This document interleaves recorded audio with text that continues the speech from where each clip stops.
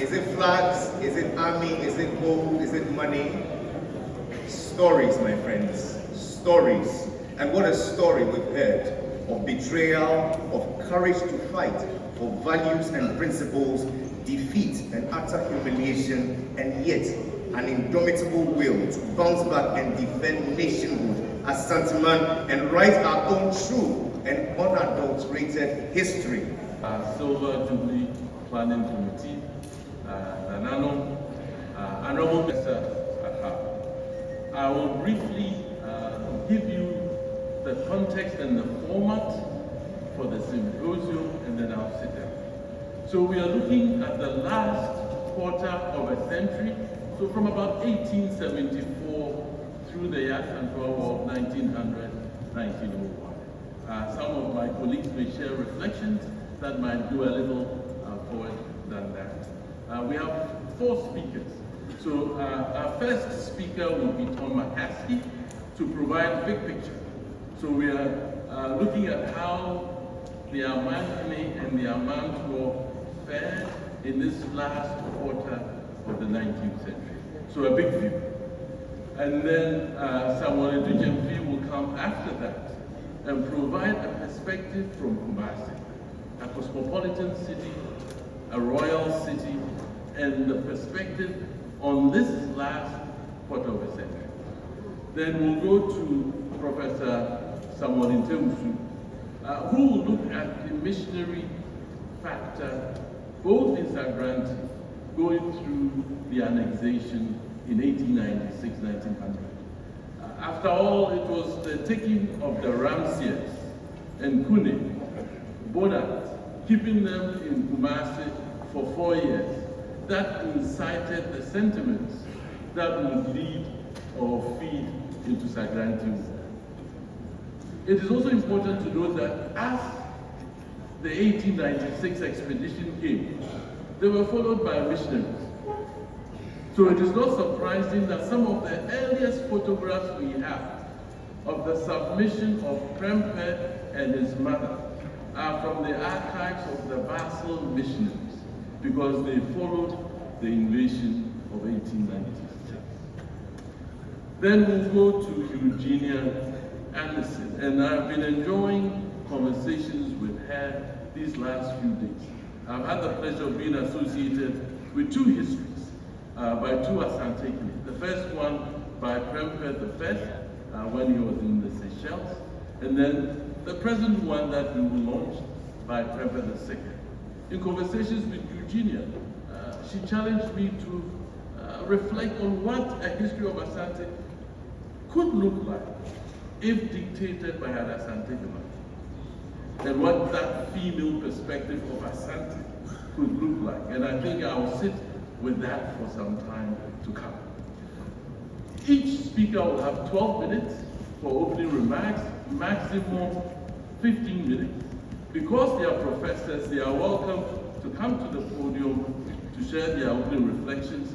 I encourage them to look in my direction, so when I do this, you know you have 3 more minutes, and when I do this, you know you have to stop talking. And since so 2 points there, stop talking, you stop talking. After they finish, we will open up for Q&A, and I'll ask the audience to ask a question. Let it be a question or a very brief comment. We are creating something called Asantepedia, which will be a popular platform online for individuals and families to deposit stories they have from their families between about 1874 and Prempeh I's return in 1924. So if you have good stories, that's where it should be, so that as many people as possible can ask short questions. So that's the format, and I will now invite Tom McCaskey to start. So let us welcome Professor Tom McCaskey.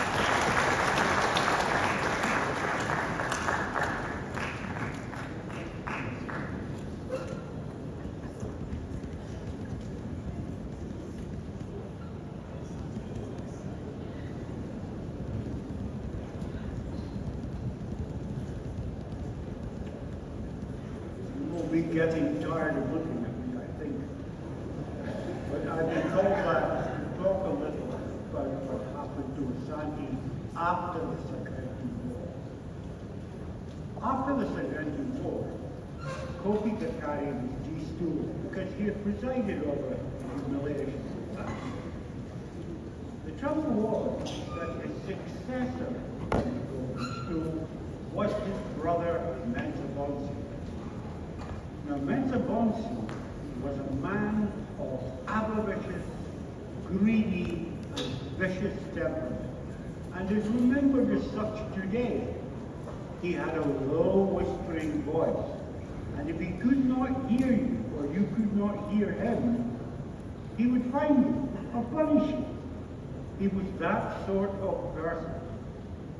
And in the conditions that followed the Sagranti War, he was a tyrant, and he is remembered as such. He died on the grassroots in 1900, and his sons had him disinterred and reburied in Kumasi in 1911, and there was a huge outcry against this happening, but the British allowed it to take place. Well, going back to his reign, he thoroughly alienated almost everybody in Asante, and he began this by invading Juaben in 1875 to, in his view, bring it to heel. The Juaben had fled once before, but they fled this time south again to Kokorejo, New Juaben, and they would not return. And this opened the floodgates. Without that unity, and Asante Hini was respected, and who could impose his will and interpret custom properly.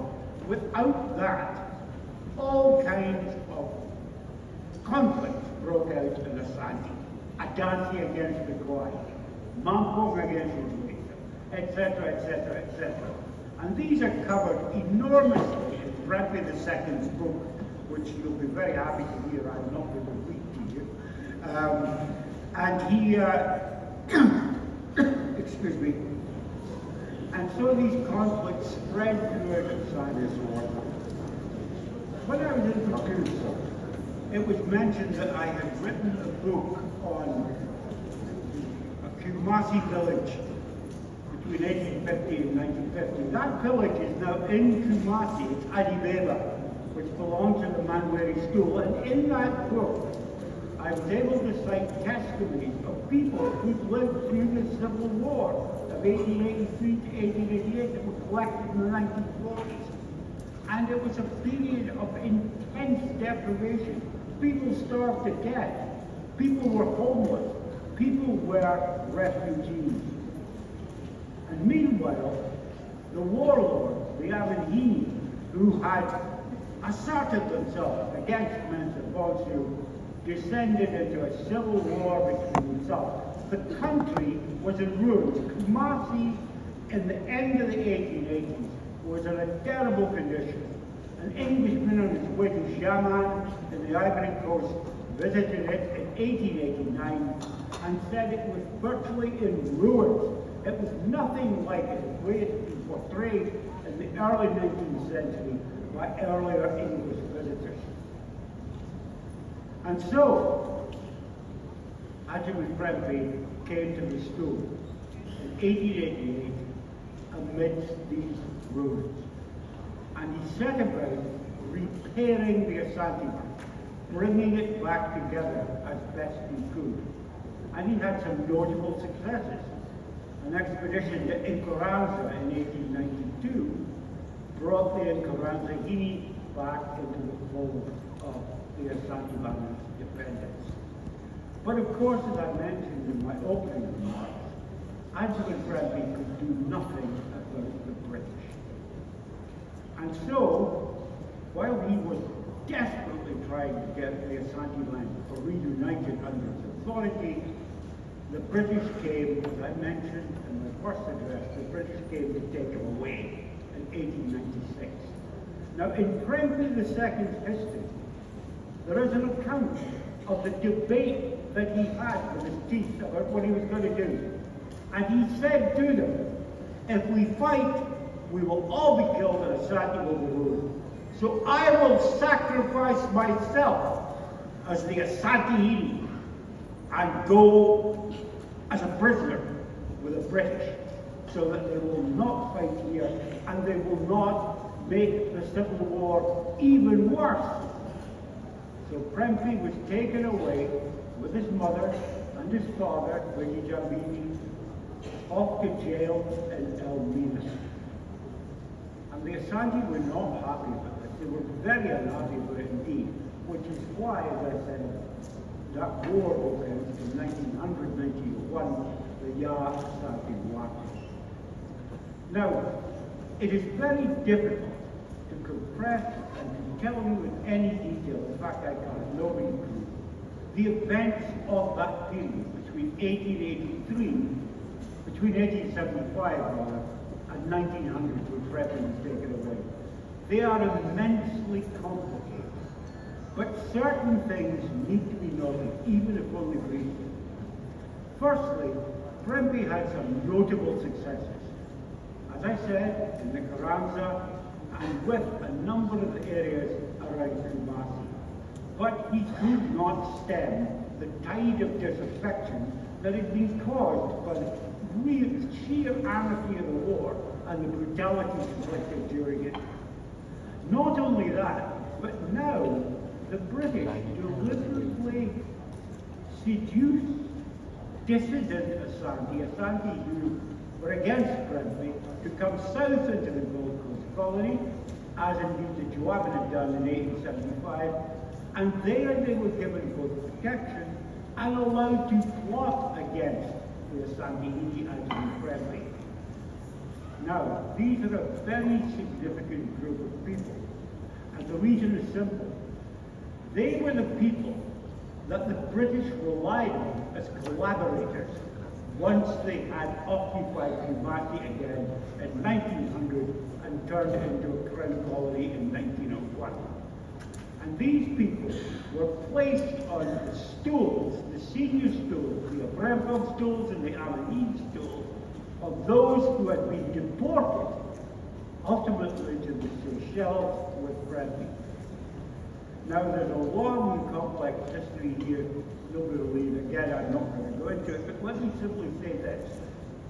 The first 20 years of British rule are really about getting rid of these collaborators.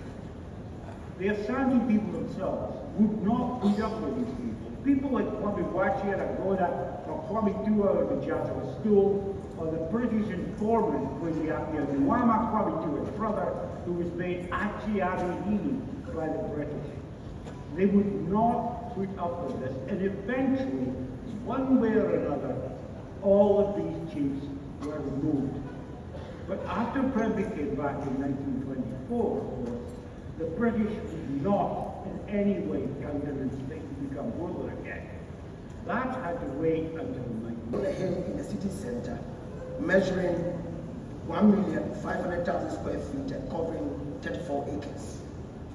The east edge of the imperial residence was the sacred Supreme River, the Supreme River deities and Asante place where he would worship Tridiampa, even to the immediate west, strategically positioned throughout the lush garden landscape of the Asante city, were elaborately Asante-designed buildings and residences belonging to royal chiefs and courtiers to the king.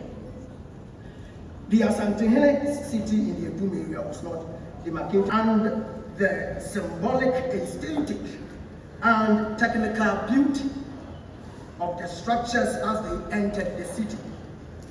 However, the position of the Asante city and surrounding natural and architectural elements was more than what was visible. The imperial metropolis of the Asante was layered with spiritual, cultural, and security values to the nation. Indeed, Kumasi represented the traditional political capital of the forest state of Asante, as well as the residents of the Asantehene. The Oyoko Royals, all important Kumasi office holders and functionaries, stayed there and performed services associated with the Kumasi court, and their conjugal families resided in Kumasi. Again, it is significant to note that Kumasi was also the cultural capital. In this capacity, the atmosphere of Kumasi was characterized by elegance or sophistication, as initially noted. In fact, in 1874, the British, led by Sir Kenneth Wolseley, defeated Asante and ransacked Kumasi. The election of President I as Asantehene, which began 10 years after the Sagranti War, was marked by civil war and eventual deportation and exile with key Asante leaders in 1896, first to Sierra Leone and finally to the island of May in Seychelles. British attempts to break Asante and impose their hegemony on Asante did not end with Prempeh's exile.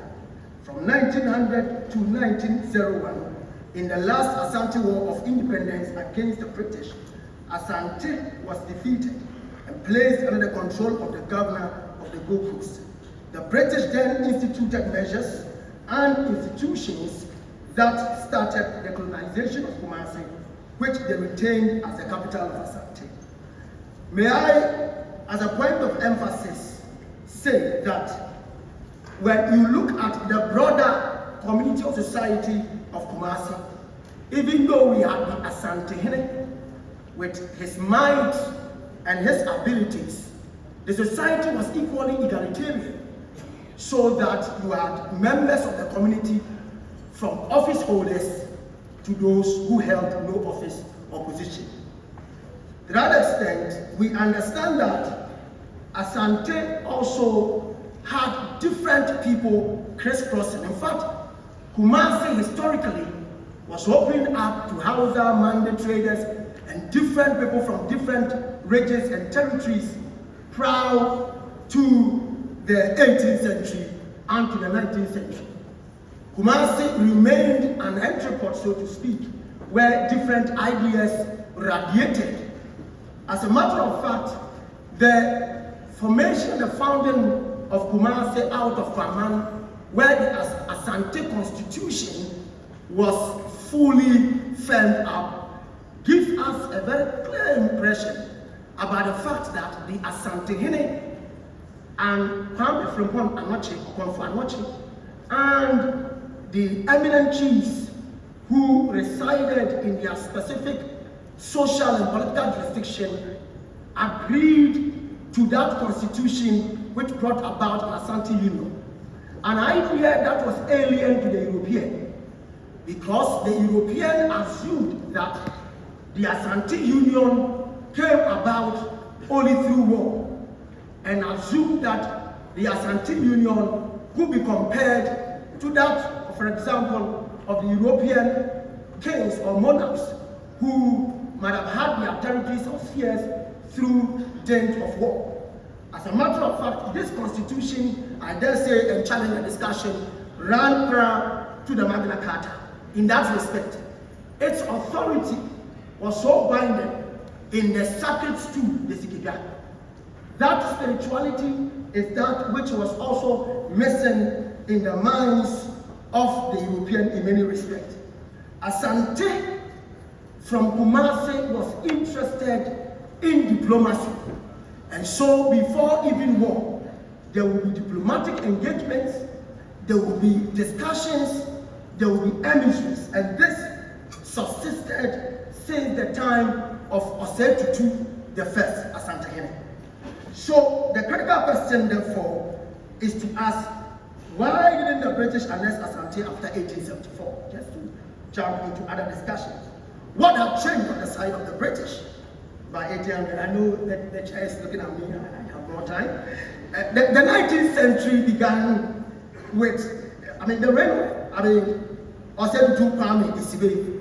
And we understand that there were a lot of interesting dynamics in terms of diplomacy. In fact, his peaceful relations between the British is well documented. In fact, Kumasi in this period received 3 European missions, which included individuals like William Hyde Cooper in 1816, then we have Frederick James, Thomas Edward Bowditch, William Hutchinson, and Henry Tedley in 1817, and Joseph Dupuy, Francis Collins, Benjamin Salmon, and David Mills Graves in 1820. So Kumasi was the heart of diplomacy in the territory referred to as Asante and the broader enclaves that it covered. So that is just one example which suffices, right? That these diplomatic missions had one goal: to negotiate for peace, to ensure that there was sometimes an uneasy truce between themselves and their neighbors, including the British. So 19th century diplomacy in Kumasi took a rather different form than Chad and approach over a period of time. It was associated with a changing political scene, especially with the growing influence of Europeans at the coast. So diplomacy, which is effectively known in the modern sense, which requires that you have a representation in a territory negotiating for peace, among other social, economic, and political dynamics, subsisted within Asante. In fact, from about the 1760s onwards, Kumasi had brought, conquest, and received rent from Christiansborg Castle from the Dutch. But beyond this period, we see that the space between the 1800s, there was negotiations, and also there were ideas of war and diplomacy which subsisted. And some of these, reports have been, perfectly written and documented by the good professor of erudition, McCaskey.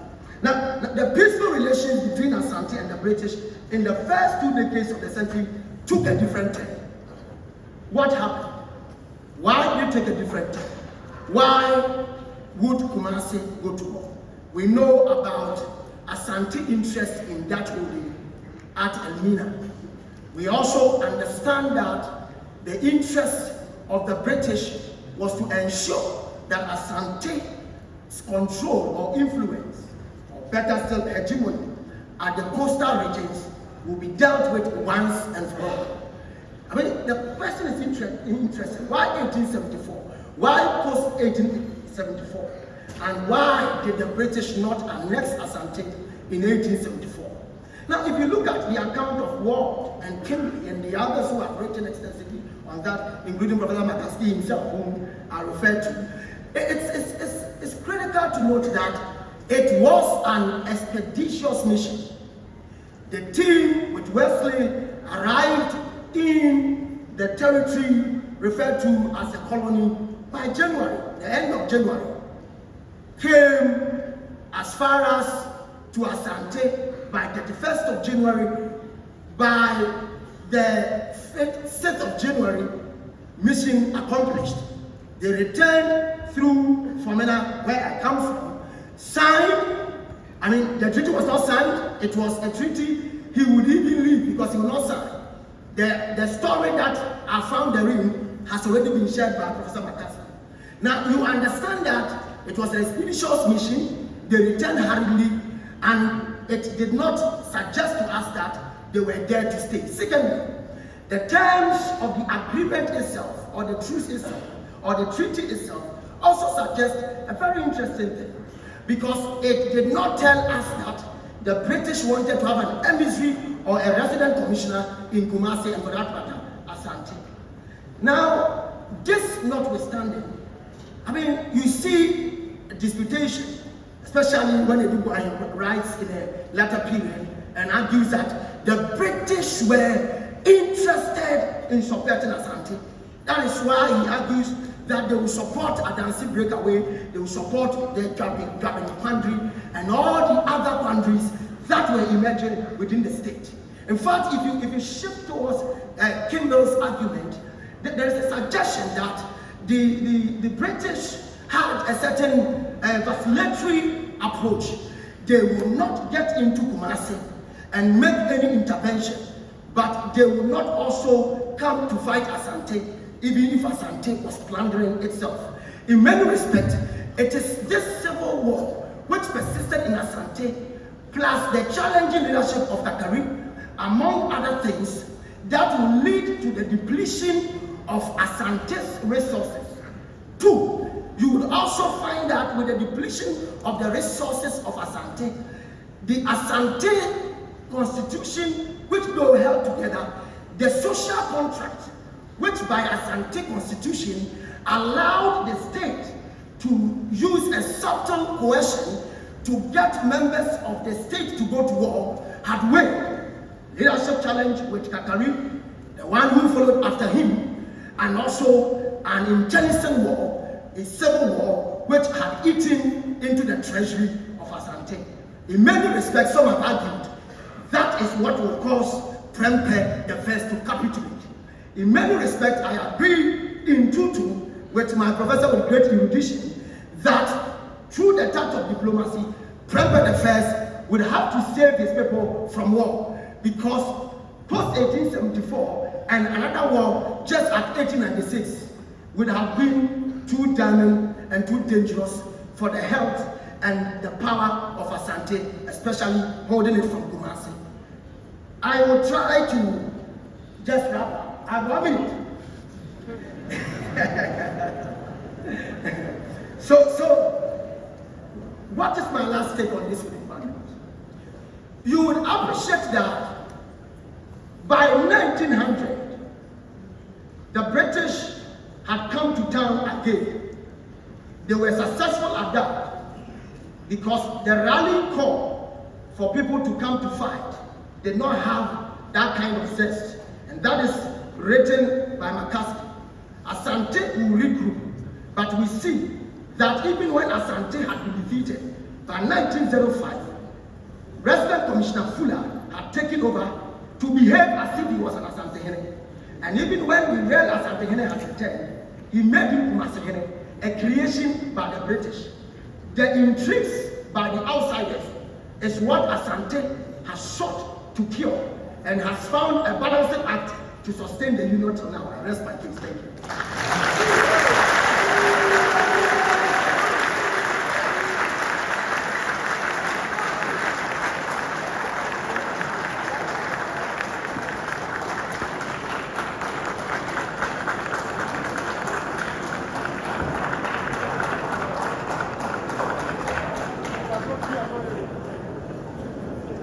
Ministers, clergy, Professor Champo, esteemed distinguished scholar of Asante history, invited guests, ladies and gentlemen.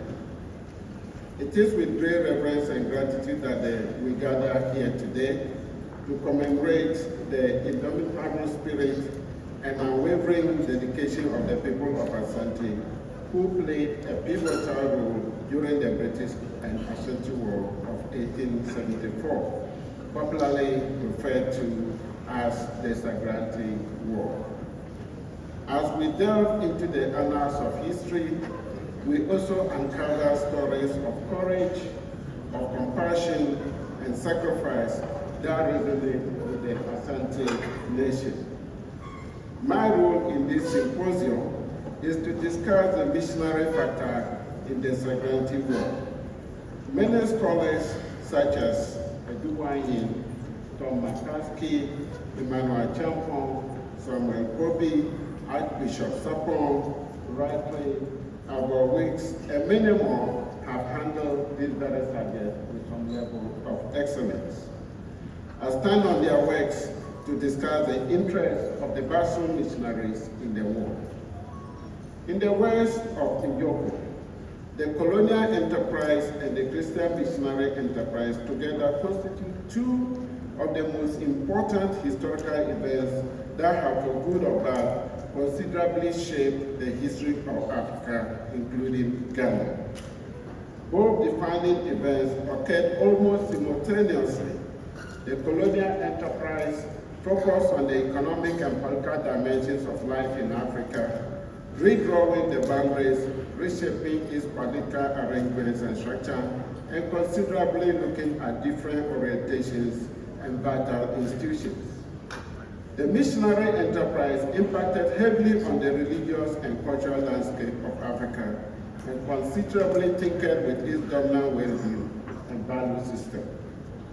A critical revisiting of these two major events, either separately or as twin events, is crucial and indeed unavoidable for our understanding of the British Ashanti War of 1874, popularly referred to as the Sagranti War. Ashanti and Britain fought several wars. Those battles were called several names, such as the Battle of Nsamanko in 1824, Akatamanso in 1826, Sagranti in 1874, and the Asantwa War of 1900 and 1901. Prior to the Sagranti War, Asante had established itself as a powerful political entity with a strong religious and cultural infrastructure. In spite of its greatness, it still fought more wars. The frequency with which Ashanti battled with her neighbors, including Denjira, Fanti, Bono, Ebe, Gan, Gonja, Dagomba, and many more, will have drawn attention to itself by several observers, especially the British and some missionaries. British administrators seem to have arrived at the conclusion that Asante indeed was a threat to their colonial project. Historians have indicated that some of the wars that were fought between Britain and Asante were in relation to the breach of peace and agreement, and that of 1874 was not an exception. It was born out of the desire to ensure that Asante obeys the peace agreement that it had signed in 1863 not to fight the Southern states, and also to end enslavement of people. Achampong, Albert Wilkes, Tudor, Lewin, and several others have indicated that the Asante British War of 1874 had a kind of crushing military defeat on Asante. Asante got demoralized, and of course the foundation of its very stay was shaken. Indeed, the awesome military technology of the British that was deployed was referred to more or less as the Total War. Total War because it characterized the sound that was actually coming from the weapons and rifles that were handled by the British. But the question is that if the Sagranti War was a battle between Britain and British forces and Asante, what triggered the interest of Basel missionaries in the war, the people that were supposed to spread the gospel? To answer this question, we recast our minds to events in early 1868 and again in 1869 when the kingdom of Anglo and Akwamu around the Lower Volta declared war on the Ewe of Krepi. In the ensuing war, Asante soldiers sacked Krepi towns, including Sokode and Sagranti War. I am culture center for and I better side in Masui. Actually, your Troye, the fellow Ura, Emmanuel Jiwo Pipra, Mesa. Original catching Madame. We have found some more.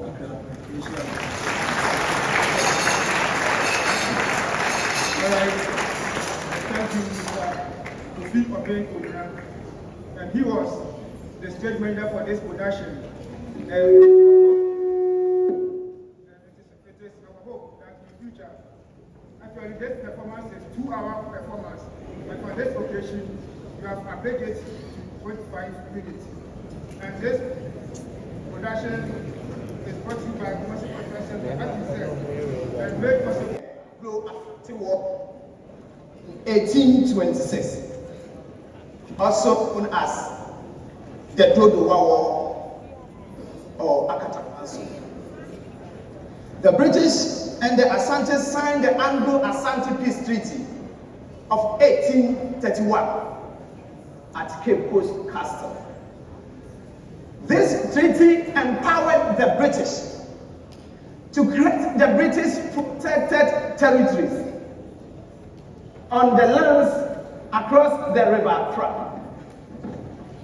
By 1872, the Danes and the Dutch had sold all their trading forts and castles to the British and left.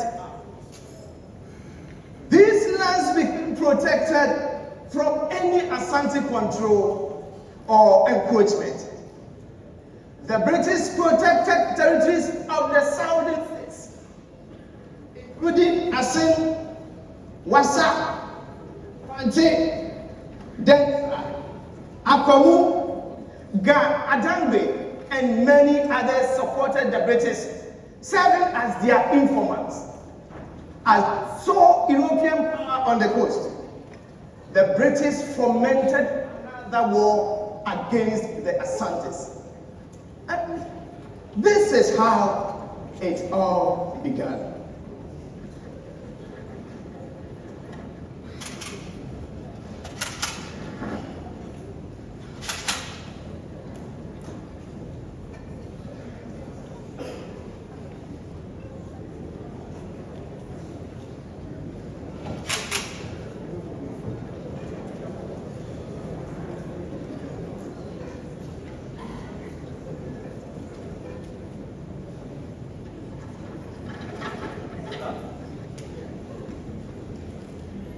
Yewura, Nancy, Yeshia, no way you did. Hey, Madame Roma, so be Honoma, my young.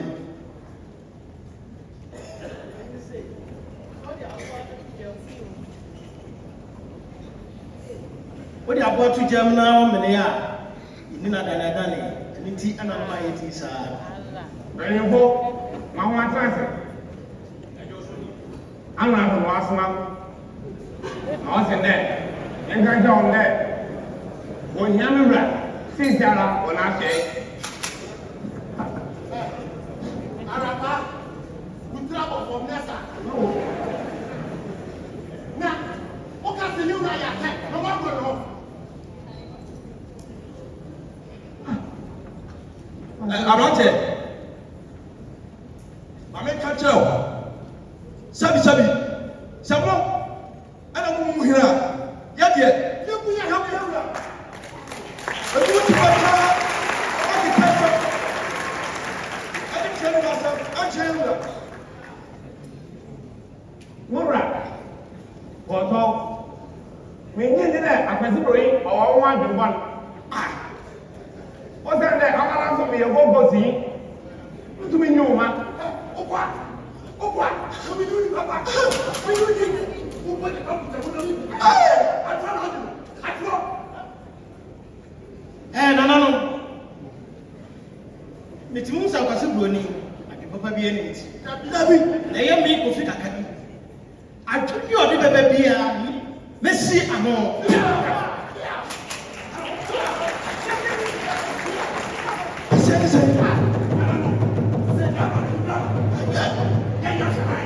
David.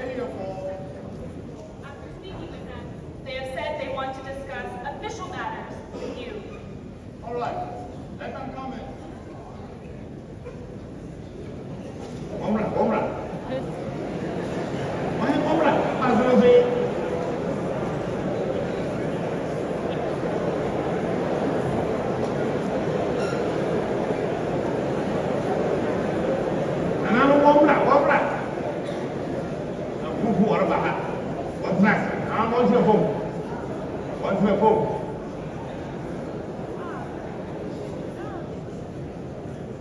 My lord, they came from the coastal areas. Tell them they're welcome.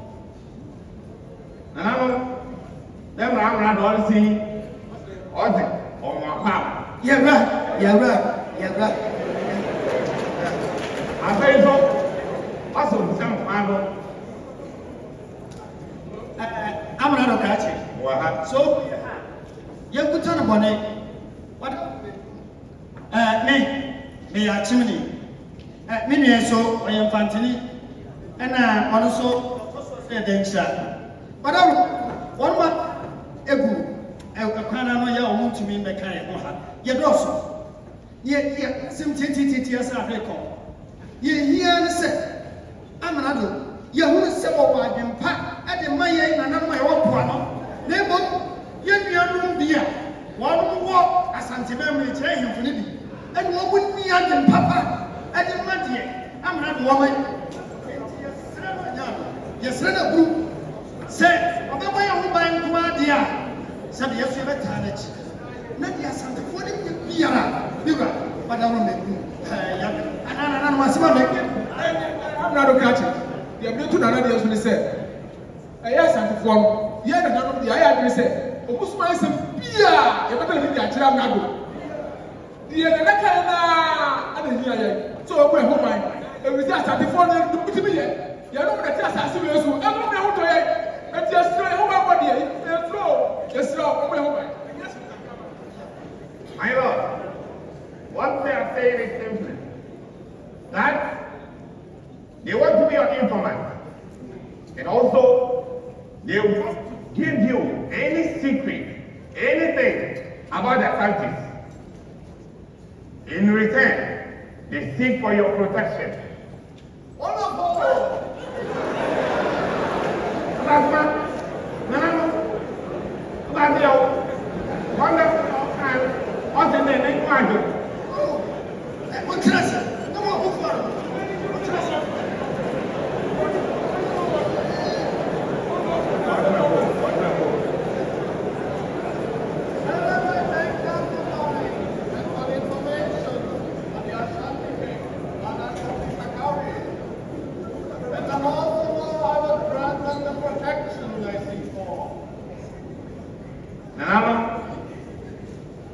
I'm not lost on that massive.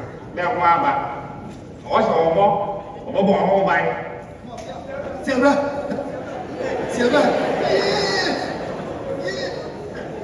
Something for you. Mira, where you are, Roma. So I see a bossy dear, and Panisi will be entry for some papa. And your best reply. Madame Roma. Hello? They are seeking for permission today. Please, I'll thank them for coming and get them some refreshments. Yes, my lord. What's the walk?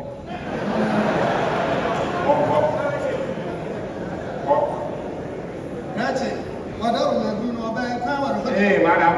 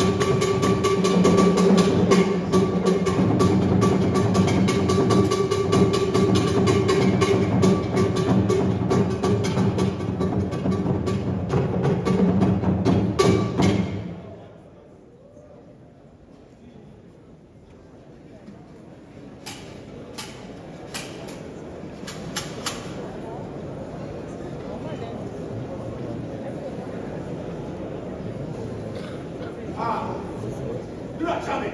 It's a Lelika. And my for Kakari. And I my papa. Get to you. And I myself. And I'm a dog. I'm a papa. And you say, pray. Then you can make them so. Yaba. But I hear you are Kakari.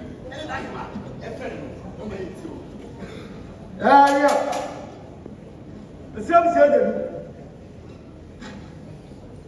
Sapa, Sadia, Najasi, or in another, what's the word? Chame.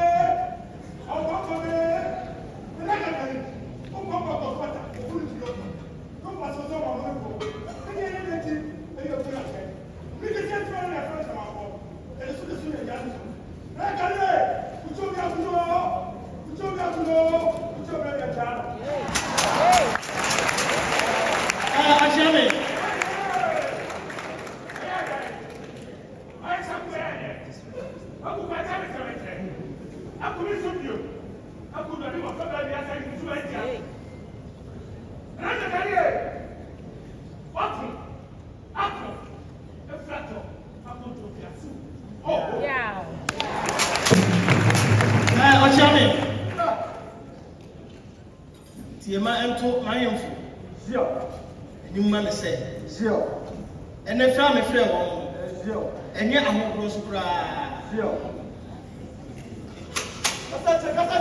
And when you know, when some said, a free bra, you may be a dog, and don't walk up a scope. You young, you cry, and you decided to above form of uncle. I can't so simple cry, I won't be. Your mom shows you cry. And put here, I saw the and cry a more thing. I want my brain said, you money again. And pay say, I'm one in the Tagra and I cassie. Then come to me and you know. Tina more much message in some Mumra, Macam. If it's empire, for say Abuano or Poma and some way, watch here. And Tina Mamma and sat the frame. Nana, Madame, I'm going to say, I can tell you what's here. I say, what you are for, I'm more one. So, push you out of the door. Above all, you want, send me a piece of your yard. I come young. 1 2 that can pass. I'm coming here. I'm not the sardine crap. I'm a young rapper for small more compound. And they say, oh, I can't say you were sick. You were some motor. You're not the same army. You're not the same army. You're a one or the cat here and a red food. Yàrá kò kofi kakari ti wei sanuma ọ̀nà nsurukọ na se kosia ẹsẹ nimu a ọ̀hún. Yàrá ti asẹ́mu ni wisi ẹni piri yie ayé sẹ bẹsẹ pani kò nyina ha yẹ ta sí ìbẹ̀ni yóò gbà sẹ sọ ọ̀fẹ́ mu a nípa tó wà ní efi sẹ aboa ntontom. I saw before the name to pump up. Everyone, I say,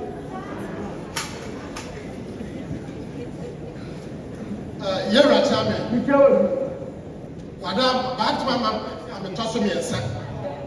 Meeting at home. Madam, I see it. Now to your rock, I can remember. Nana, Hima. Nana, no Kaya, or have so empty. Nana, no. What's the sample when you prepare be out for mother? Now, see, you can't see him say, a count, yes, sir.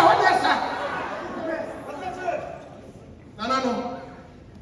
And children, young travel, and Chichira Santa Mary now. As you can tell me now, Uncle Tonchi, Master Canada Pana. Sabapi Patama. I have no, Nanya Sedasi. Nana no, see you right now. Can you go there? Me say, you can't go there. You can't go. Did I tell you? Tell you, you bought what you very much. And I did say, Sapuan will young one Kawa.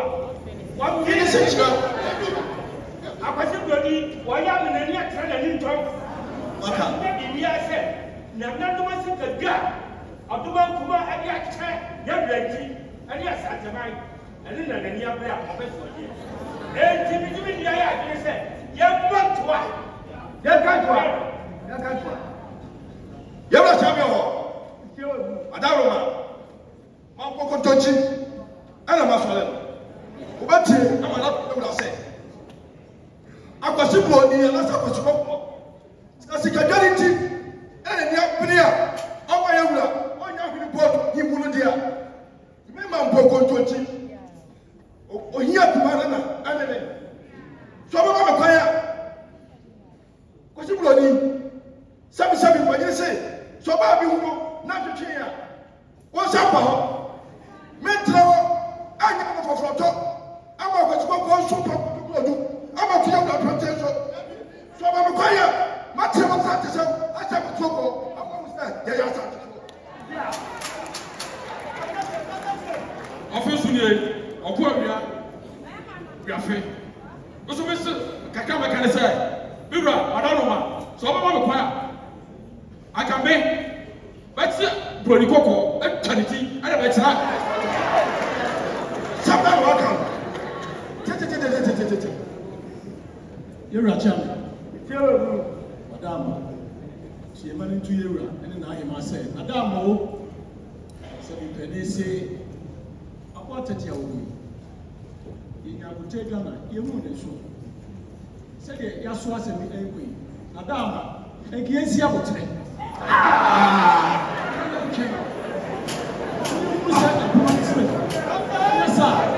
Said you have to say, you already put up. Let's see about it. I was going on the last time we do here. Sabi, they want a several person, Madame. Trust it. Somebody make a trust. Bufu. Eracha. Adama. Afo. Berman friends. Madama and Tumira and Tunahi Mamma. Many I know what you take us in Yadi. But go home. The hook bomb. Son. No passing. Which I was away now. Skadin away. Young penny neck and penny trap. No be drunk. No pass semini. The man who said, "Say, care way." If you didn't have son on me. Ashame, Mira. I am one first. I push my fire. I want, and I am them. After I push my fire.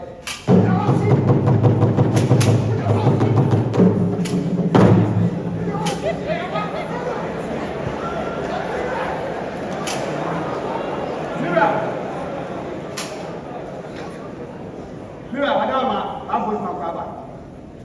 I was my father, and I'm here flow. That's why I'm a budget. You don't know. Babuya, if you are here. What can't baffle my father? I'm a woman. The dear one, a Coscoco, and Madame Twassem, I am me, Ufika, make the Punen. Say, you bet you know you shan't.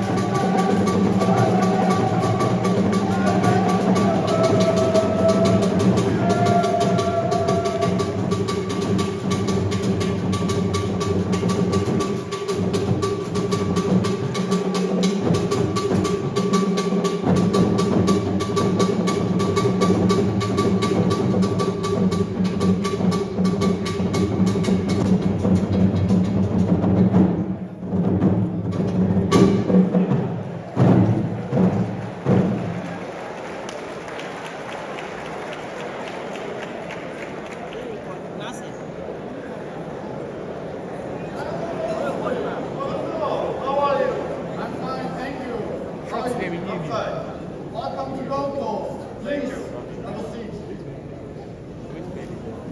General, this whole territory is under our hegemony. This portion, what has become an albatross around our neck. The Ashanti are claiming this territory. They are powerful people, warlike people. We have to stop them from claiming the Almina territory. See, in all my administration in West Africa, I have not seen people this radical, rebellious, and recalcitrant as these Ashantis. Struck them from one angle, and they assemble on another. We have to end the regime by any means necessary. There must be a connection in the struggle. But I thought after so many years of humiliation, they would learn a lesson. I will break their resistance, whether they like it or not. Governor, the history of these people is full of battle. See, I received this letter from Her Majesty, the Queen of England. And this is the present situation back in England. Oh, the London Bridge is falling! Indeed. I don't like the Ashantis. The war must go on. General Oakley, what are the preparations so far?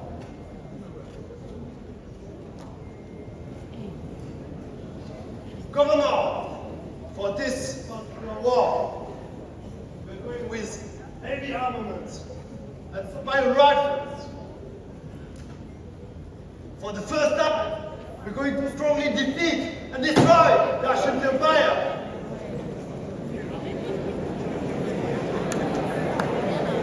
Because Ashantis are powerful, they are mighty in battle. We're training ourselves to better. We're going to introduce quinine to help the soldiers get disease and introduce the new machine guns to give us a significant technological advantage over the Ashanti army. Hold on, General. Please follow me into the inner chamber.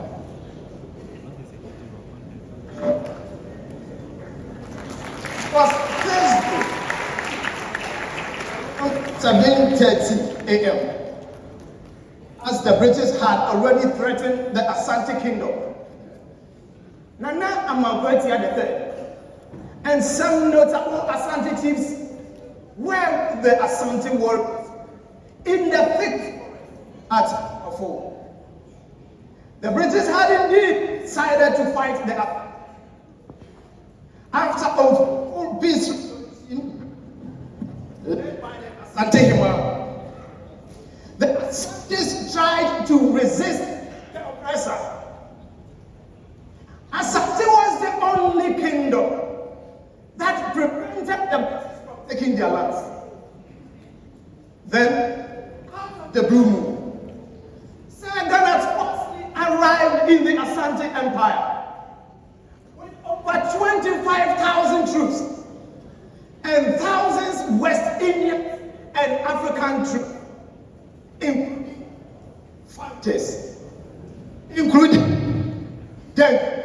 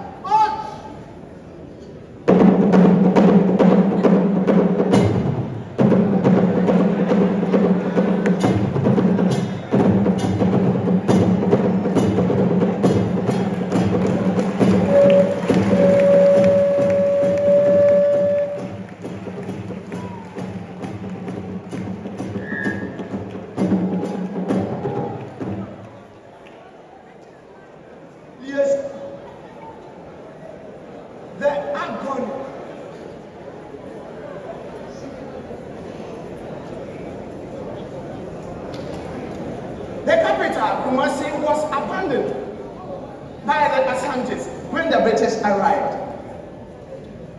Kumasi was demolished by the British with explosives.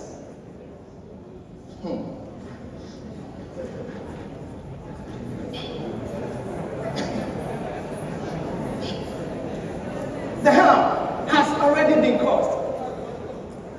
And only time can wipe off members of this invasion.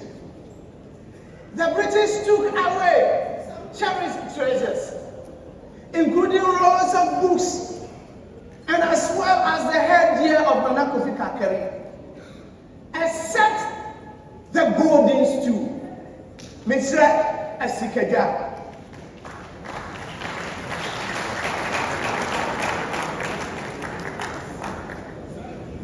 The harm has been caused. And it is only time that can wipe out this memory. How can we forget the death of our war general, Nana Makwetia, and some notable chiefs in the hands of the British? How can we forget the death of thousands of people and the agonies of those left behind?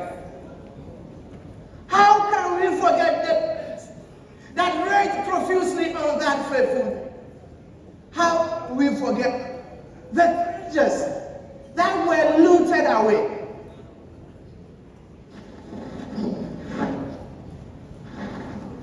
But things change with the passage of time. Now Kumasi owns several British citizens, and London houses several Asante citizens.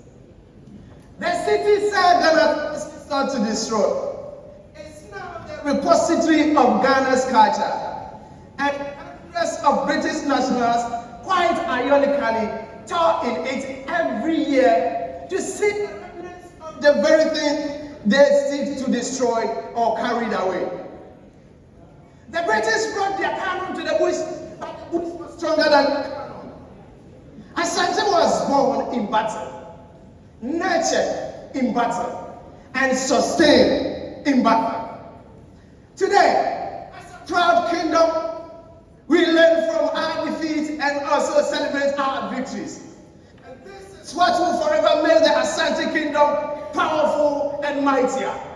Long live the king of the Asantes, His Royal Majesty Otumfuo was said to do. Long live the kingdom.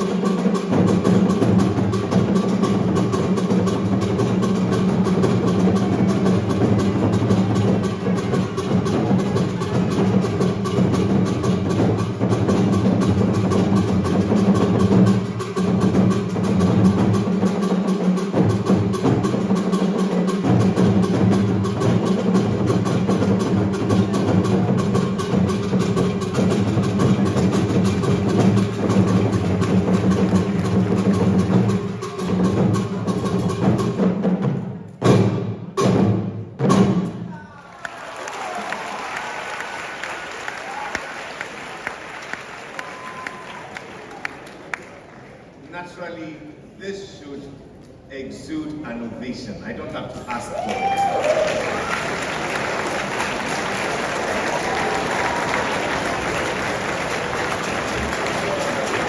The Cultural Center. Let's appreciate their effort, their brilliance in reenacting